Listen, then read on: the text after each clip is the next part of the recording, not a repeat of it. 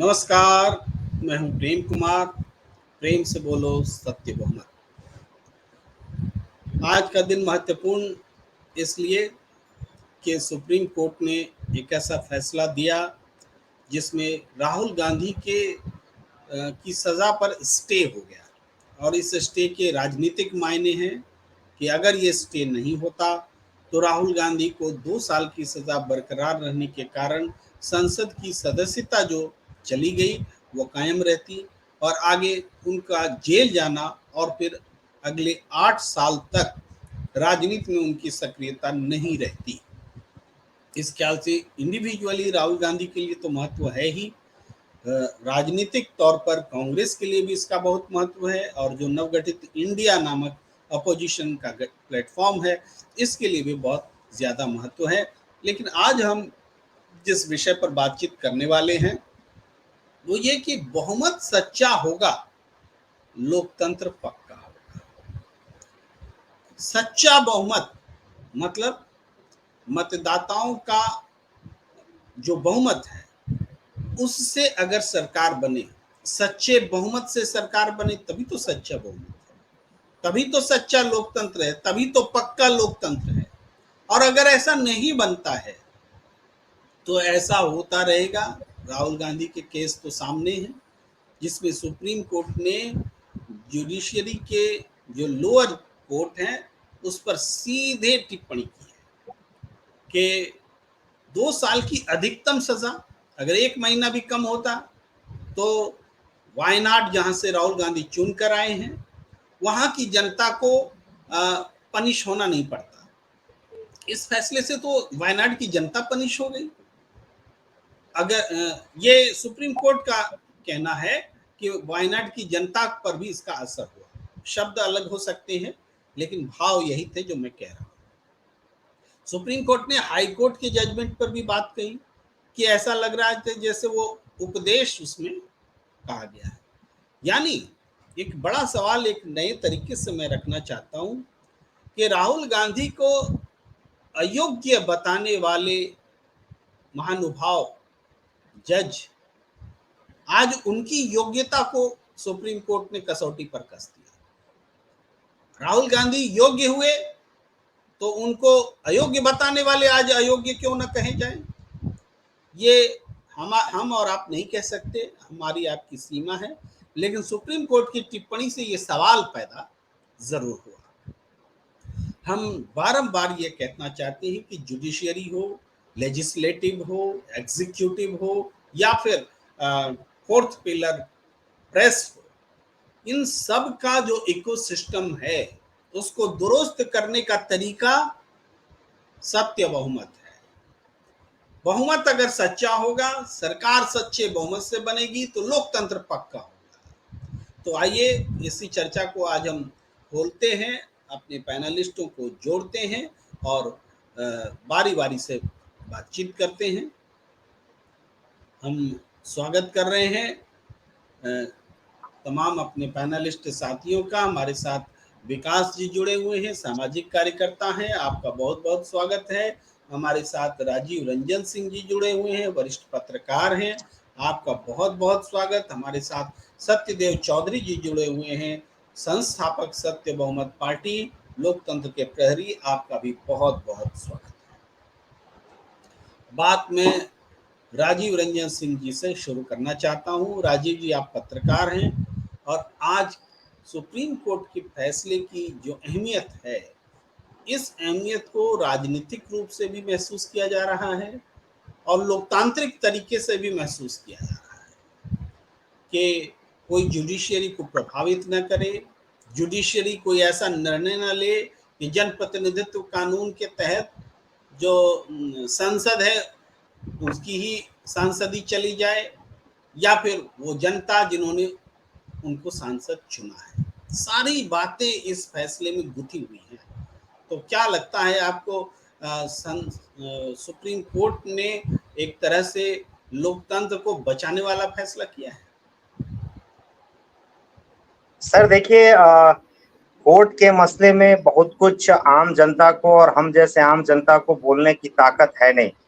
क्योंकि हमने देखा है बीते वर्षों में यदि कोई भी कोर्ट के फैसला पर यदि आम जनता कुछ भी कहता है तो उस पे बहुत सारे एक्शन होते हैं और हुए हैं, उसके नहीं, प्रमाण भी यहाँ बहुत पर सारे हैं, पत्रकारों के साथ हुए हैं। यहाँ पर राजीव रंजन जी थोड़ा थोड़ा सा क्लैरिटी चाहिए। वो ये कि कोर्ट के फैसले की पर टिप्पणी करने का अधिकार हम सबको है। कोर्ट के फैसले की अवमानना करने का अधिकार हमें नहीं है। न हम जज की अवमानना कर सकते हैं, न जज के फैसले की अवमानना कर सकते हैं, जिसको अदालत या कोर्ट बोलते हैं। तो इस बारीकी की समझ हो, जब हम कोर्ट के फैसले पर टिप्पणी करें तो कोई दिक्कत नहीं है। जी राजीव जी।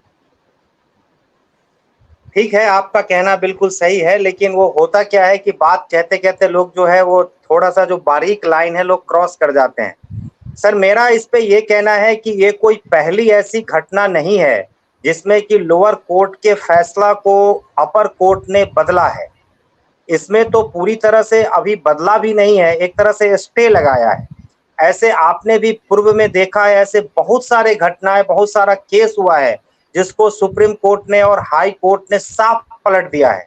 तो वहाँ पर इस तरह के सवाल क्यों नहीं उठते हैं? सवाल वहाँ पर भी उठना चाहिए जुडिशरी के ऊपर। अभी अयोग्यता की बात आप जो कह रहे थे, अयोग्यता की बात उस केस में भी होना चाहिए। तो ये कोई पहली दफ़ा प्रैक्टिस में ऐसा नहीं हो रहा है, ये वर्षों से प्रैक्टिस में होता चला आ रहा है और आगे भी होता चला आएगा। जब हमारे जुडिशरी सिस्टम में जजों की नियुक्ति में जब खामियाँ रहेंगी, जिसके बारे में अभी चर्चा करने का समय नहीं है, आप जान रहे हैं, समझ रहे हैं, हम किस तरह बात करना चाह रहे हैं। तो जब ये सब सारी बातें होंगी, तो ये सब जो होते रहेगा, ये कोई पहली घटना नहीं है। अब लोकतंत्र की अब इसका एक पहलू ये है कि क्या राहुल गांधी का जो ये फैसला आया है, उससे राजनीति पे क्या असर होगा? तो निश्चित तौर पे असर होगा। अब लोग कहते हैं कि मनोबल से बड़ा कोई बल नहीं होता है और ये जो घटना आज जो भी फैसला आया है, वो कांग्रेस पार्टी इस तरह से जश्न मना रही है जैसे कि लग रहा है कि 2024 में उन्होंने मोदी को हरा दिया है। निश्चित तौर पे यदि आप वास्तविकता के धरातल पे इसका यदि अवलोकन करें निरपेक्ष भाव से, तो भी आप पाएंगे कि राहुल गांधी सहित पूरे कांग्रेस पार्टी में एक जान तो एक मनोबल तो जरूर आया है और मनोबल आया है तो उसका राजनीति पर असर निश्चित तौर पे होगा। और थोड़ा सा उसको और विस्तार से हम लेके चले, थोड़ा अंदर में और घुसे, तो यह भी राजनीति में देखने को आएगा कि अभी तक कांग्रेस पार्टी जो पूरी जो विपक्षी खेमा है उसको एक करने में थोड़ा सा बैकफुट पे रह रही थी। हालांकि बेंगलुरु की मीटिंग में वो ड्राइविंग सीट पे आई थी, लेकिन अब आगे लग रहा है कि जब सीट शेयरिंग का मसला आने वाले बैठक में होने वाला है, वहां कांग्रेस पार्टी जो है वो मनोबल पूरे अपने मनोबल से जो है वो लबालब होगी और जो जितने विरोध जो उनके सहयोगी पार्टी है, अब वहां पर कांग्रेस देखना होगा कि वो कितना कांग्रेस को सहयोग करते हैं, क्योंकि आप जानते हैं कि जब आप ताकतवर होते हैं तो सबसे ज्यादा परेशानी आपके सहयोगी और अगल-बगल लोगों को ही होती है। तो यहाँ पर एक नजरिया यह भी है, इसलिए अभी सुना कि राहुल गांधी जो है लालू यादव से मिलने भी गए, तो एक बैलेंस करने की उनकी कोशिश है। लेकिन एक बात आपका जो जिस बात से आपने शुरुआत किया इस बहस की, मैं उससे 100% सहमत हूं कि ये 2024 तक की जो राजनीति है उसमें एक बहुत बड़ा बदलाव निश्चित तौर पे देखने को मिलेगा। इसमें कहीं से कोई शक शुबा नहीं है। आपका आकलन, आपका अवलोकन जो है मेरे दृष्टिकोण से 100% सही है। जी राजीव जी, इससे पहले कि मैं सत्यदेव चौधरी जी के पास आऊँ, आपकी बात पर एक टिप्पणी करना मुझे ज़रूरी लगता है। वो ये कि ठीक है, ये मामला, बहुत सारे मामले देश में हुए हैं जिसमें निचली अदालतों के फैसले ऊपरी अदालत में बदले गए हैं। लेकिन इस मामले को हम क्यों चर्चा करना चाहते हैं, क्यों अलग किस्म से देखते हैं? क्योंकि ये सांसद का मामला है, सांसदी का मामला है, उस संसद विशेष से जुड़े हुए मतदाताओं का मामला है। और जब कभी भी मतदाताओं के अधिकार पर कोई अतिक्रमण करता है, कोई नाजायज तरीके से अतिक्रमण हमें लगता है, तो चाहे वो न्यायालय ही क्यों ना हो, चाहे वो लेजिस्लेटिव ही क्यों ना हो, हम मतदाताओं के अधिकार के लिए बोलते हैं। यही कारण है कि इस मामले में भी खुद सुप्रीम कोर्ट ने टिप्पणी की है कि ये सिर्फ राहुल गांधी का मसला नहीं है, ये वायनाड के मतदाताओं का भी मसला है, सुप्रीम कोर्ट ने कहा है। तो इसलिए ये मामला बाकी से अलग हो जाता है। अब मैं चौधरी साहब के पास आता हूं कि सत्यदेव चौधरी साहब, आप लोकतंत्र के प्रहरी रहे हैं और हमने देखा है कि किस तरीके से मतदाताओं का स्टेक इस मामले से जुड़ा हुआ था। राहुल गांधी का इंडिविजुअल केस, लेकिन पूरे मतदाताओं की शक्ति से चुना गया सांसद, उनकी सांसद सदस्यता चली गई। और हमने आजम खान के भी मामले में देखा, उनकी विधायकी चली गई, जबकि बाद में पाया गया कि उनका हेट स्पीच था ही नहीं, अदालत ने घोषित किया। मगर वो रिवर्सेबल नहीं हो सकता क्योंकि वहां इलेक्शन हो गए, और ये रिवर्सेबल हो सकता है क्योंकि राहुल गांधी के वायनाड में इलेक्शन नहीं हुआ। तो क्या इन स्थितियों के आलोक में देखें तो मतदाताओं की शक्ति को इस तरीके से अंडरमाइन अदालत कर ले रही है, कर पा रही है, ये क्या चिंताजनक नहीं है? जी धन्यवाद प्रेम जी। देखिए, आज जो भी माननीय उच्चतम न्यायालय ने जो फैसला दिया, मैं उसकी तो सराहना करता हूँ। और ऐसा लगा कि भाई शायद थोड़ा संविधान और लोकतंत्र हमारे देश की राजनीति में सुप्रीम कोर्ट के भरोसे ही बचा हुआ है। वरना तो इन नेताओं ने, सत्ताधारी नेताओं ने तो कोई कसर छोड़ी नहीं थी इसको बर्बाद करने में। और ऐसा लगता है कि जैसे ये जो वर्तमान सत्ताधारी हैं, ये केवल सत्ता पक्ष के लिए ही सरकार है इनकी, विपक्षियों के लिए सरकार है ही नहीं। विपक्षी जो कि मतदाताओं के हिसाब से देखें तो लगभग 60-70% है, उनकी तो ये सरकार ही नहीं है। उन सब लोगों को ये रौंदना चाहती है, खत्म कर देना चाहती है सरकार। तो उनके लिए तो सरकार है ही नहीं है, सरकार सिर्फ है ही सत्ता पक्ष वालों के लिए। लेकिन आज माननीय सुप्रीम कोर्ट ने यह सिद्ध कर दिया कि इस देश के अंदर इस तरह की मनमानी और इस तरीके की ये तानाशाही का रवैया सत्ताधारियों का चलने वाला नहीं है और ये नहीं चलेगा। और मैं जहाँ तक समझता हूँ कि जनता के अंदर भी एक बहुत अच्छी प्रसन्नता की लहर गई इस संदेश से, माननीय सुप्रीम कोर्ट के न्यायालय के निर्णय से, कि भाई अभी तक कुछ निर्णय, कुछ बचा हुआ है, कुछ संवेदना बची हुई है। तो इस राजनीतिक व्यवस्था के अंदर देखिए, जो लोग, जहां पर लोग महत्वपूर्ण ना हो, लोगों की भूमिका ना बनती हो, लोगों का प्रभाव ना बनता हो, वो कैसी राजनीतिक व्यवस्था है? जिस राजनीतिक व्यवस्था के अंदर लोगों का अपमान होता हो, मतदाताओं का अपमान होता हो, वो कैसी राजनीतिक व्यवस्था है? मैं ये नहीं समझ पा रहा हूं अभी तक कि ये जहां जिस राजनीतिक व्यवस्था में बहुमत का कोई निर्णय ना हो, लोकतंत्र का कोई परिभाषा ना हो, बहुमत की कोई परिभाषा ना हो, वो कैसा तो लोकतंत्र बचाएंगे ये लोग? कैसे लोकतंत्र पक्का करेंगे और कैसे सच्चा बहुमत बनाएंगे? ये इन लोगों के भरोसे कुछ हो ही नहीं सकता। देखिए, इनको तो बदलना ही होगा 2024 के अंदर, चाहे कुछ भी हो, कैसा मर्जी हो, लेकिन 2024 के अंदर ये जो सत्ताधारी हैं, ये तो जितना जल्दी बदला जाए उतना ही अच्छा है। तो इनके भरोसे तो आप ये मत सोचिए जी कि बहुमत बचेगा या लोकतंत्र बचेगा। इनके भरोसे तो सब कुछ बर्बाद होना है। इनके तो दिमाग के अंदर जो तानाशाही और एक अड़ियल रवैया बना हुआ है, ये अपने विपक्षियों को समाप्त कर देना चाहते हैं, खत्म कर देना चाहते हैं, रौंद देना चाहते हैं। अरे भाई, विपक्षियों को हराना एक अलग बात है, लेकिन विपक्षियों को आप खत्म कर देंगे, ये क्या? जो हमेशा ही बोलते हैं ये ऐसा कि विपक्ष मुक्त भारत, कांग्रेस मुक्त भारत, ये मुक्त भारत, वो मुक्त भारत, तो ये क्यों नहीं कहते जी हम भ्रष्टाचार मुक्त भारत करेंगे, महंगाई मुक्त भारत करेंगे, अपराध मुक्त भारत करेंगे? उसके ऊपर तो सोचने की फुर्सत नहीं है इनके पास, वो इनका दिमाग काम नहीं करता। तो ये देखिए, ये जो भी आज हुआ, ये अच्छा ही हुआ, बहुत अच्छा हुआ, प्रशंसनीय है। और भविष्य के अंदर भी हम ये देखते हैं कि जो भी कुछ लोकतंत्र की बचने की जो संभावना उम्मीद है, वो सिर्फ माननीय सुप्रीम कोर्ट के भरोसे ही है।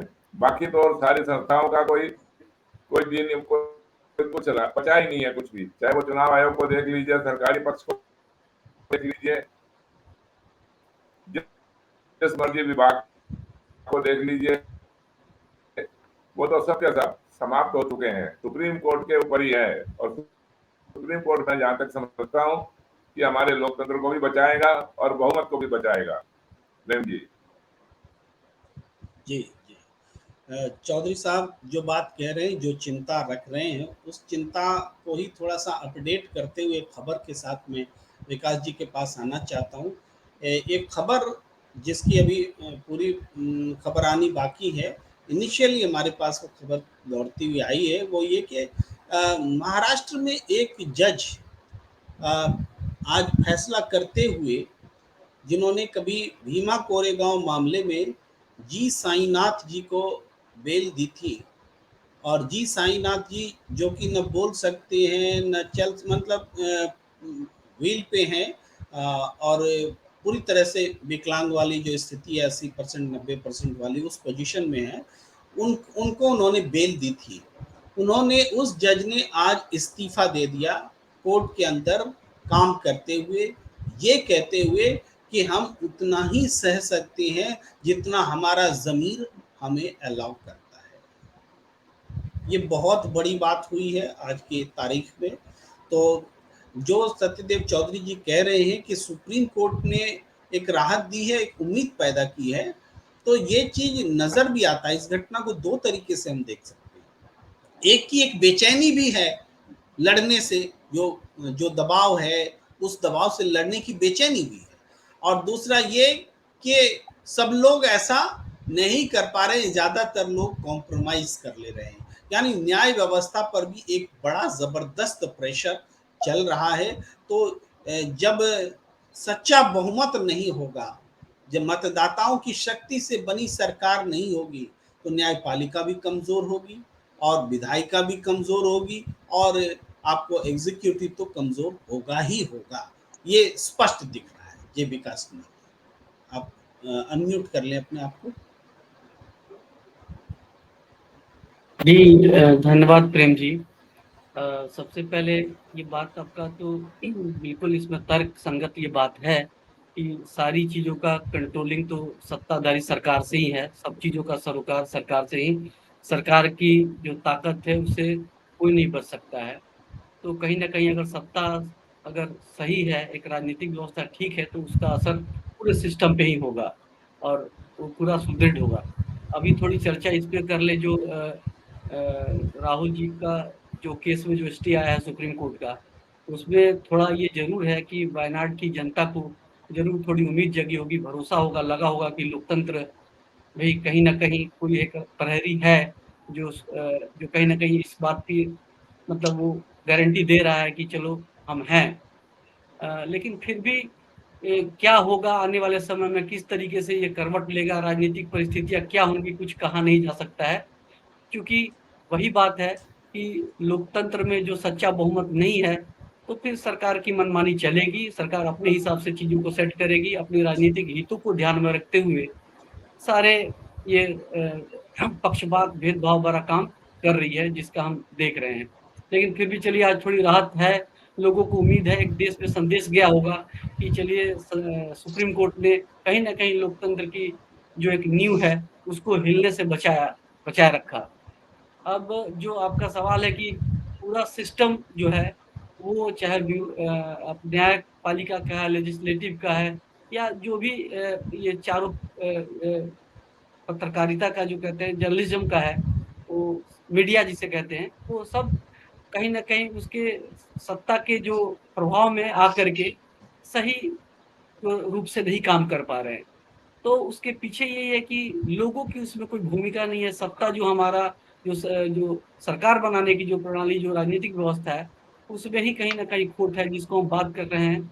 अगर यदि वही सत्य बहुमत की जो विचार है, जो वोटों के बहुमत से सरकार बनाने की राजनीतिक व्यवस्था है, अगर वो किसी रूप से अगर उस बात को लागू किया जाता है तो वो वाकई ये सारी समस्याओं का समाधान है, क्योंकि सरकार जब वोटों के बहुमत से बनेगी तो उसके ऊपर कहीं ना कहीं जनता का प्रेशर होगा, जनता के लिए वो काम करना पड़ेगा, जो वाकई में हम अभी कहते हैं कि संविधान में लोकतंत्र जनता का, जनता के लिए, जनता द्वारा है, जो कि अभी है नहीं वास्तविक रूप से, ये कि छद्म रूप से है। और सच्चाई कुछ और है, क्योंकि हम तो सिर्फ सांसद को ही चुनते हैं, हमारा सरकार चुनने का कोई अधिकार नहीं। सरकार चुनेंगे तो सांसद और विधायक, तो जो सांसद और विधायक चुनेंगे तो वहाँ बहुत तरह के समझौते होते हैं, लेन देन होता है। इवन कई बार हमने देखा है सरकार को जोड़ तोड़ने के लिए खरीद फरोख्त भी किए जाते हैं। तो ये सारे जो भ्रष्टाचार है, राजनीतिक भ्रष्टाचार है, उसके पीछे यही है कि हम सांसदों और विधायकों के बहुमत से सरकार बनाने की राजनीतिक व्यवस्था हमारे ऊपर थोप दी गई है। और जब तक हम इसका विरोध नहीं करेंगे, जब तक हम इसके विकल्प में ये सत्य बहुमत की राजनीतिक व्यवस्था की चर्चा तो हम कर रहे हैं, लेकिन जब तक लोग इसमें जुड़ेंगे नहीं, लोगों को समझ में आनी चाहिए इस बात की कि हमारा मुद्दा यही है कि हम पूरे सिस्टम को दुरुस्त करना चाह रहे हैं, तब तक ये होगा नहीं। इसलिए हम सभी को मिल करके इसके ऊपर आनी होगी। समाधान तो यही है।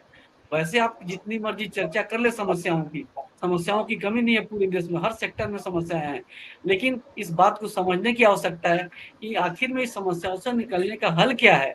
समस्या का निकलने का हल तो एक ही है, आप राजनीतिक व्यवस्था को दुरुस्त करो। सरकार ही सारे निर्णय लेगी, और सरकार तो हमारी बन रही है भ्रष्टाचार से, भ्रष्ट समझौते से। तो इसलिए यही कारण है कि वो भेदभाव होता है, पक्षपात होता है। अब देखिए कि जो राहुल गांधी की भी बात क्या है, केस क्या है, कहां से कहां ले जा रहे हैं आप। सत्ता को ये लग रहा है कि हम विपक्ष को ही खत्म करें, विपक्ष को दबा दें। अरे चुनाव लड़ रहे हो तो मुद्दों पे लड़ो। आप इस बात को किसी न किसी तरीके से आप अपना सत्ता का ताकत का फायदा लेकर के ये करने की कोशिश कर रहे हो। उसमें कोर्ट भी है, कोर्ट भी कहीं ना कहीं, जो अभी आपने एक अभी उदाहरण दिया, तो कहीं ना कहीं प्रेशर में है। तो वो इसीलिए है क्योंकि सत्ता पक्ष जो है वो अपना मनमानी कर रहा है, वो कहीं ना कहीं ये तानाशाह का रूप है। तो तानाशाह का रूप होने का कारण है कि एक आदमी के मुट्ठी में सारी ताकत है। वो धनबल और बाहुबल से सांसदों का 272 का जो एक आंकड़ा है, जादुई आंकड़ा, उसका पूरा करने में समर्थवान है। वो धनबल और बाहुबल का खेल होता है। लेकिन जब मतदाताओं के बहुमत से सरकार बनेगी तो धनबल बाहुबल का खेल खत्म हो जाएगा। आपको अच्छे उम्मीदवार उतारने पड़ेंगे, पूरे देश में सबसे ज्यादा वोट लेने पड़ेंगे, सभी जाति धर्मों का आपका समर्थन चाहिए। इसलिए एक इंटीग्रेटेड एक कंट्री बनेगा, एक शक्तिशाली राष्ट्र बनेगा। जी जी, विकास जी एक इम्पोर्टेंट बात कह रहे हैं कि धन बल और बाहुबल, इसके मुकाबले जब मतदाता की शक्ति से बनी सरकार होगी तो वो इन चीज़ों को बैलेंस कर लेगा। लेकिन सबसे बड़ी चुनौती यही है राजीव जी कि धन बल और बाहुबल से लड़ते हुए मतदाता की शक्ति स्थापित कैसे हो। अगर मतदाता की शक्ति स्थापित होगी तो धन बल बाहुबल कमजोर हो जाए। और ये अभी इतने मजबूत हैं कि मतदाता की शक्ति स्थापित नहीं हो पा रही है। भाई सत्य बहुमत का कॉन्सेप्ट जो है, इसको समझाने में, जनता को विश्वास दिलाने में कि मतदाताओं के बहुमत से सरकार बनाने की व्यवस्था हो, ये बात समझाने में सबसे बड़े बाधक आज कौन है? भाई यही धनबली और बाहुबली है, जो इस वर्तमान लोकतंत्र का कमियों के बावजूद इसका इतना महात्म्य बना करके रखते हैं कि दुनिया की सबसे बड़ा लोकतंत्र हमारा देश है। और उस लोकतंत्र को इस तरीके से बाहुबली और धनबली कब्जा करके रखते हैं कि ये सबसे बड़े लोकतंत्र, सबसे बड़े बाहुबलियों और जो ये है क्रिमिनल्स हैं, अपराधी हैं, उनके अंडर में, कंट्रोल में है। तो कैसे निकले जी रंजन जी, आप भी थोड़ा सा इस पे बताइए, रोशन करिए, उम्मीद जगाइए मतदाताओं में कि आपके बहुमत की सरकार भी बन सकती है। जी सर, इसमें क्या है कि हमारे देश की जो जनता है ना, वो हमेशा जो है वो नए विचारों के लिए तैयार रहती है। नंबर एक बात। नंबर दूसरी बात, हमारे देश की जो जनता है ये बहुत ही बुद्धिमान है और सशक्त है।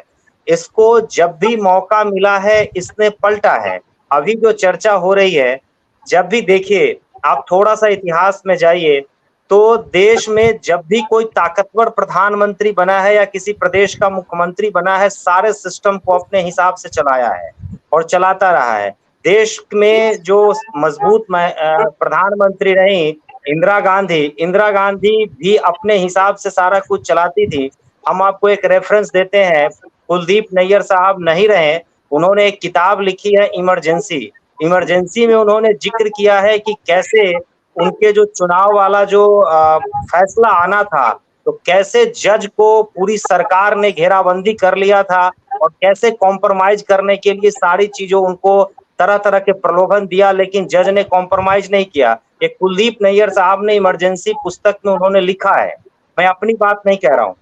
तो कोई भी प्रधानमंत्री होगा या मुख्यमंत्री या मजबूत नेता होगा, जब वो सत्ता में जाएगा तो अपने हिसाब से उसको चलाएगा ही, जो आज देखने को मिल रहा है, क्योंकि इतिहास को दोहराता है। अब सवाल ये रहा कि उतनी सशक्त और उतनी मजबूत प्रधानमंत्री इंदिरा गांधी थी, उस समय विपक्ष में कोई पार्टी नहीं हुआ करती थी, उसको देश की जनता ने हरा दिया। तो आज हमारे पास में विकल्प है, जैसा कि सत्य बहुमत पार्टी का जो अपना मत है कि आप अधिक से अधिक जब इससे पहले कि आगे आप बोलें, एक बात रखना जरूरी लगता है कि प्रधानमंत्री का इतना सशक्त होना लोकतंत्र की मजबूती है, या कि मतदाताओं का सशक्त होना लोकतंत्र की मजबूती है? क्योंकि जब जब प्रधानमंत्री सशक्त हुए हैं, तब तब लोकतंत्र कमजोर हुआ है। इस बात को मैं वही थोड़ा कह रहा इंगित हूँ, करते हुए मैं आपके पास आना चाहता हूँ। जी, मैं इस बात से 100% सहमत हूँ।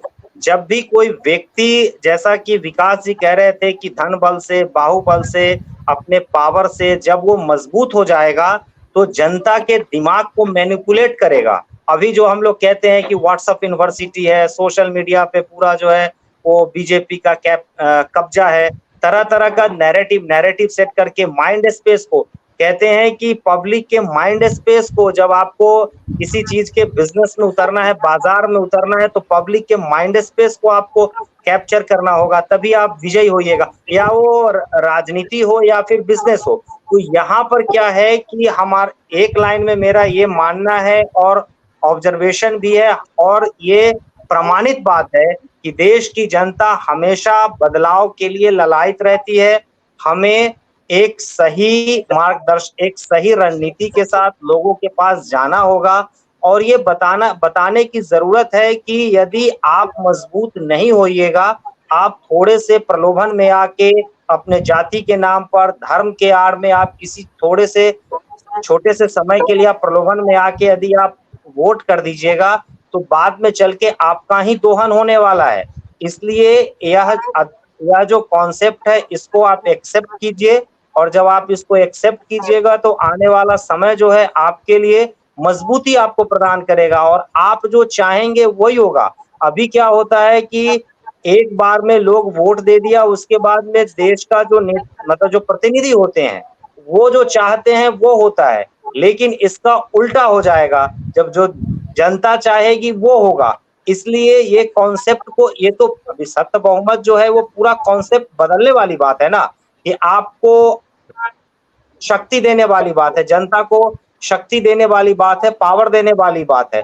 तो ये तो एक बहुत ही शानदार कॉन्सेप्ट है, और हमें लगता है कि अभी जिस तरह से पहले की सरकारों को लोगों ने देखा है, वर्तमान की सरकारों को लोग देख रहे हैं। हर दिन सुप्रीम कोर्ट को, अभी मणिपुर को लेके सुप्रीम कोर्ट, कभी हरियाणा को लेके सुप्रीम कोर्ट, कभी राहुल गांधी को लेके सुप्रीम कोर्ट, कभी महाराष्ट्र को लेके सुप्रीम कोर्ट, हाई कोर्ट, इस तरह की टिप्पणी करते आ रही है। इसका मतलब ये है कि कहीं ना कहीं कुछ ना कुछ तो बड़े स्तर पे गड़बड़ हो रहा है, जिसको आम जनता जान ही नहीं पा रही है, समझ ही नहीं पा रही है। तो उन चीजों को लेके लोगों के बीच जाना होगा कि इतनी बड़ी गड़बड़ी जो है वो सरकार के स्तर पर, विभिन्न स्तर पर किया जा रहा है, जिसकी जानकारी आप लोगों को नहीं है, और इसकी जानकारी आप लोगों को होगी, उसको करानी होगी। उसके बाद आप देखेंगे कि स्वतः बहुत सारा बदलाव जो है अपने आप आएगा।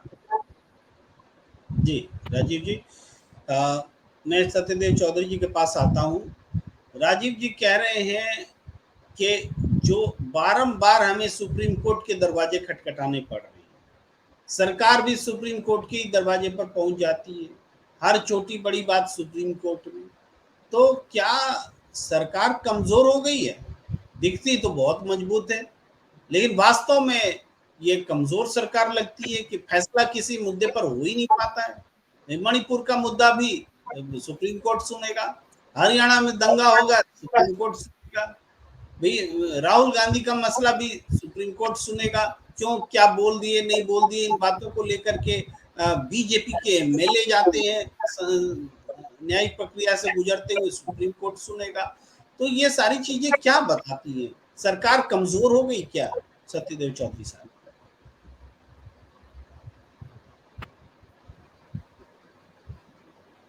ये देखिए,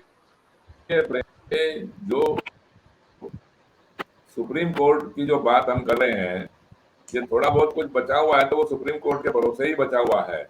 और ऐसा लगता है कि जैसे बाकी के सब विभाग, चाहे वो पुलिस विभाग है, चाहे चुनाव आयोग है, या और जो ब्यूरोक्रेट लोग हैं, वो तो सब के सब इस भ्रष्ट राजनीतिक व्यवस्था के भागीदार या उसके पार्टनर बन गए।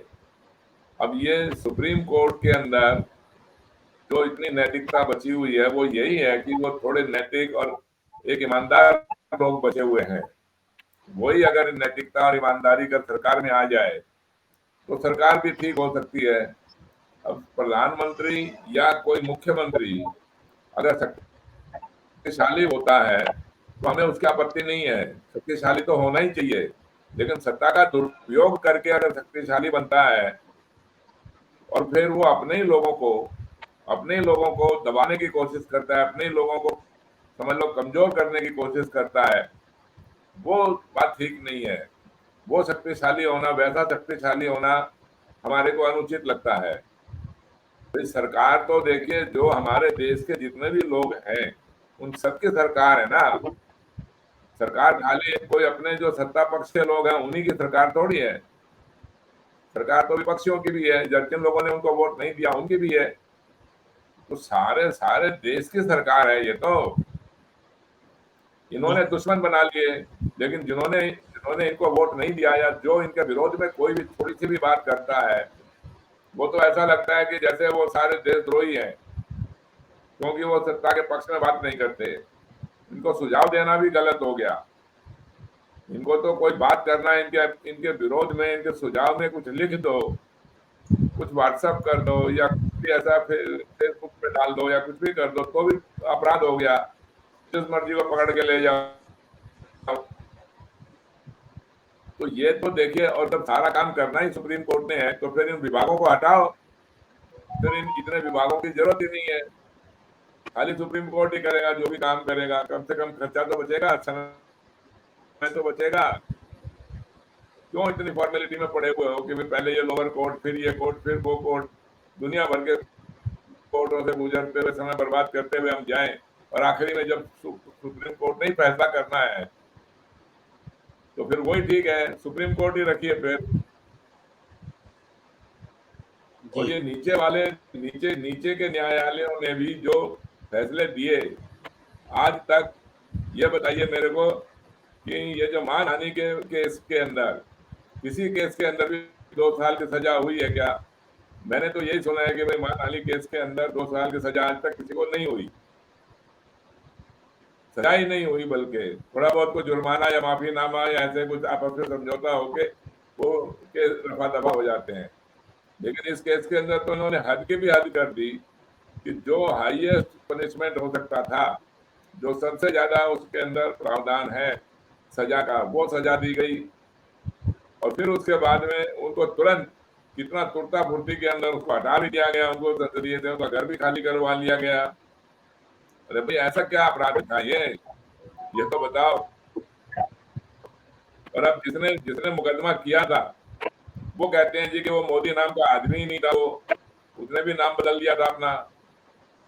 ये भी पता नहीं क्या विडंबना है। तो सिवाय झूठ के ऊपर आधारित है, ये सारी जितनी भी राजनीतिक व्यवस्था है हमारी, वो झूठ के ऊपर आधारित है।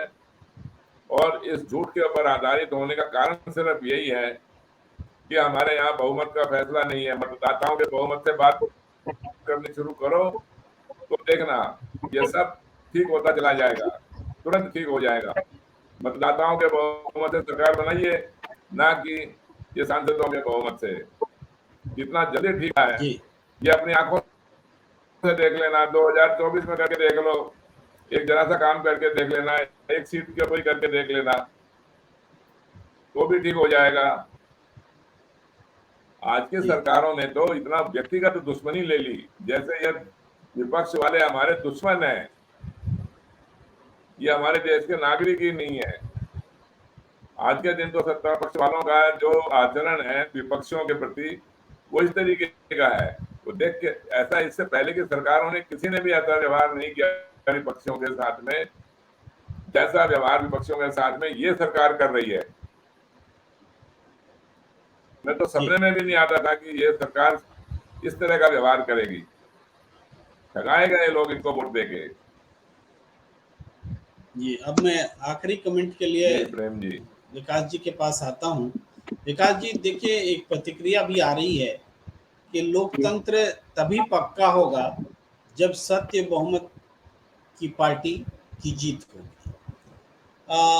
सत्यदेव चौधरी जी भी कह रहे हैं कि एक बार अगर सच्चे बहुमत से, मतदाताओं के बहुमत से अगर सरकार बन जाती है तो पूरे लोकतांत्रिक व्यवस्था में, ढांचे में एक बड़ा परिवर्तन देखने को मिलेगा। और ये एक चुनाव क्षेत्र में भी इसको आजमाया जा सकता है। एक चुनाव क्षेत्र में भी अगर इस सोच के साथ उम्मीदवार मैदान में आ जाए कि हम मतदाताओं के बहुमत वाली सरकार बनाना चाहते हैं, और इस सोच के साथ अगर जीत होती है तो पूरे हिंदुस्तान के लोग ये सोचने के लिए विवश हो जाएंगे, सारी पार्टियां विवश हो जाएंगी कि मतदाताओं के बहुमत से अगर सरकार बनती है तो क्या वाकई लोकतंत्र बदल जाएगा। क्या वाकई लोकतंत्र में जो कमियां हम देख रहे हैं 75 साल में, जो हम कमियां दूर नहीं कर सके, समस्याएं सुलझने के बजाय उलझती चली गई, उसका समाधान निकल आएगा। इस हिसाब से इस सवाल को आप परखिए, इस जरूरत को आप परखिए। जी विकास जी प्रेम जी, ये बिल्कुल सही बात है और इसको परख के देखने में भी मेरे हिसाब से देखना चाहिए, क्योंकि अभी तक तो हम जो 75 साल से देखते आ रहे हैं, पिछले 75 सालों से, कि इसका कोई बहुत फायदा नहीं नजर आया। और जो लोकतंत्र की जो नींव है ना, वो मजबूत होती नजर नहीं है। लगातार जो एक मजबूत होने की जो बात है वो नहीं हुई, उसका कहीं ना कहीं दुरुपयोग हुआ। यही कारण है कि सत्ता पक्ष अपने उसका दुरुपयोग करता नजर आया। ये सत्ता लोगों को डराने के लिए थोड़ी है सरकार, विपक्ष को दबाने के लिए थोड़ी है सरकार। सरकार तो लोगों के विकास के लिए है, अच्छे से अच्छे कार्यक्रम, अच्छे से अच्छे नीतियों लाने के लिए है सरकार। तो यही कारण है कि ये बहुमत अगर सत्य बहुमत का हो, सत्य बहुमत के विचार से बने सरकार, चाहे वो एक ही किसी क्षेत्र में हो, तो बिल्कुल ये सही बात है कि वो मैसेज पूरे देश में जाएगा। वो मैसेज इस बात से जाएगा कि लोगों को लगेगा, जब किसी एक क्षेत्र के लोगों ने इस बात को समझ लिया और उन्होंने अपना मैंडेट दिया कि नहीं ये विचार होनी चाहिए, तो ये विवश करेगा पूरे देश के मतदाताओं के ऊपर कि नहीं, इस बात के ऊपर चर्चा होनी चाहिए और पूरे देश में इस बात की चर्चा होगी, ये पूरा सिस्टम बदलेगा। ये बिल्कुल इस बात से मैं सहमत हूँ। और ये इसमें किसी तरह से मैं इत्तेफाक रखता हूँ कि ये सरकार ये एक क्षेत्र से इसके ऊपर चुनाव लड़ा जाए और इसका एक मॉडल बने और पूरे इस देश में इसका संदेश जाए, तभी जाके ये बदलाव होगा। और यही एक सही रास्ता है इसका। जी, आज की चर्चा को यहीं विराम देने का वक्त। आप सब जुड़े इस चर्चा से, आपका बहुत बहुत आभार। विकास कुमार जी, सत्यदेव चौधरी जी, राजीव रंजन जी और तमाम दर्शक जो लगातार हमारे साथ जुड़ते हैं नियमित रूप से, आप सबका बहुत बहुत